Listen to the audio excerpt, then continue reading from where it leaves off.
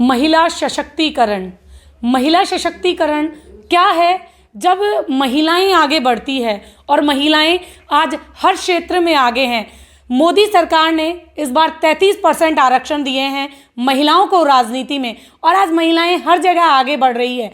विधानसभा चुनाव में भी इस बार जो महिलाओं की भागीदारी है वो देखने को ज़्यादा मिल रही है। आज हमारे साथ में बसपा प्रत्याशी हवामहल क्षेत्र से तरुषा जी है। आइए जानते हैं उनसे कि क्यों उन्हें आज इस फील्ड में आना पड़ा, जो पॉलिटिक्स है उनसे वो क्यों आई यहाँ पे, क्या कारण रहा उनका। जी तरुषा जी नमस्कार। तरुषा जी, क्या कारण रहा कि आपको पॉलिटिक्स में आना पड़ा, या आपकी इच्छा थी पॉलिटिक्स में आने की? मेरी बहुत इच्छा थी शुरू से। मतलब मैं जब से पिछले 10 सालों से तो बहुत ज़्यादा सक्रिय होना चाह रही थी। जब से मेरे मतलब हस्बैंड का टिकट कटा था बीजेपी से, उसके बाद से तो लगा था कि नहीं अब तो कुछ करना ही है। तो आप महिलाओं के लिए क्या कहना चाहेंगी कि जैसा कि महिलाएं इस क्षेत्र में अभी भी पिछड़ी हुई है? महिलाएं हमेशा से दमदार थी, हैं और रहेंगी, मगर हाँ धीरे धीरे मुझे लगता है कि अब महिलाओं का, जैसे कि आपने बताया कि महिला सशक्तिकरण, तो वो होने वाला है और ये संभव होगा, बहुत जल्द होगा। जी बिल्कुल, महिला सशक्तिकरण। इसीलिए अभी आपका 33% जो आरक्षण वाला है, तो इससे कितना फ़ायदा होगा? जैसे अभी तक महिलाओं की जो सीटें थी, पुरुषवाद देखा जाता है राजनीति में सबसे ज़्यादा, महिलाएं इक्की दुक्की होती है, ज़्यादा सक्रिय नहीं होती। तो क्या कहेंगी इस बार की जब अब अगले चुनाव होंगे उसमें महिलाओं की क्या भागीदारी रहेगी?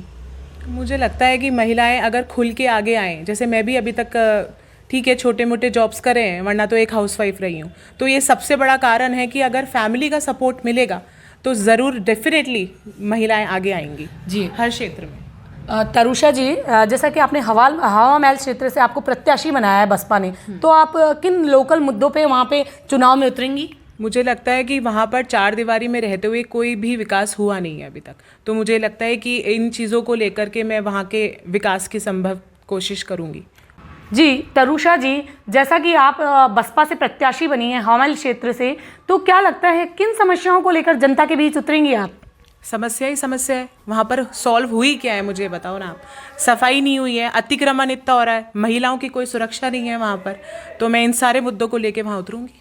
जी, आपने कहा महिला सुरक्षा या अतिक्रमण वाली चीज़ें हैं, तो ये तो दोनों तरफ से, कभी कांग्रेस कभी बीजेपी की गवर्नमेंट रही है, तो क्या इनों का कोई योगदान नहीं रहा है इसमें? मैं कहूँगी कांग्रेस और बीजेपी यानी कि हिंदू और मुसलमान, ये ज़्यादा वहाँ पर झगड़े हुए हैं, और इन चीज़ों को मैं हटाना चाहती हूँ। सब लोग प्रेम से और मिल करके रहें तो वो ज़्यादा चीज़ें सॉल्व होती हैं, सॉर्ट होती हैं, तो इन चीज़ों पे मैं लड़ना चाहूँगी। वरना और रही बात इनकी, तो आज देखो ना आप, वहाँ पर लोग उनके साथ में ही नहीं है, बीजेपी से उनको मिल रहे हैं। मतलब ये नहीं होता कि गोविंद देव जी के ढोक लगाने के लिए जाना पड़ता, उनको जगह जगह ठोकरें खानी पड़ती।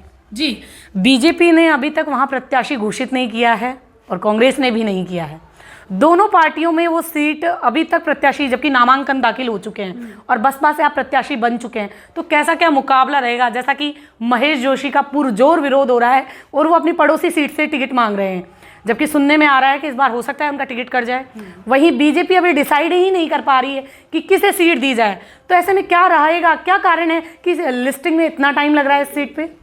दोनों तय ही नहीं कर पा रहे हैं कि उनको किसको उतारना है, क्योंकि वो कहानी तो आपने सुनी होगी ना, कछुए की और खरगोश की, तो हम वो कछुआएं हैं जो सक्रिय होकर के दिखाएंगे और खरगोश सारे पीछे रह जाएंगे। जी जी, ये थी हमारे साथ में तरुषा जी, जो वहाँ बसपा से हवामहल क्षेत्र प्रत्याशी है। ज्योति गुप्ता, था समाचार।